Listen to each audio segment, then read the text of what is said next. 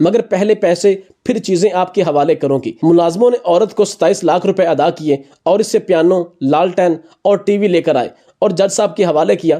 جج نے لالٹین اور پیانو ملازموں کو دے دی اور ٹی وی لے کر بند کمرے میں اسے توڑنا شروع کیا، مگر اس کی حیرت کی انتہا نہ رہی جب اس نے دیکھا کہ ٹی وی کی اسکرین کے پیچھے 2 مرے ہوئے چوہے پڑے ہیں۔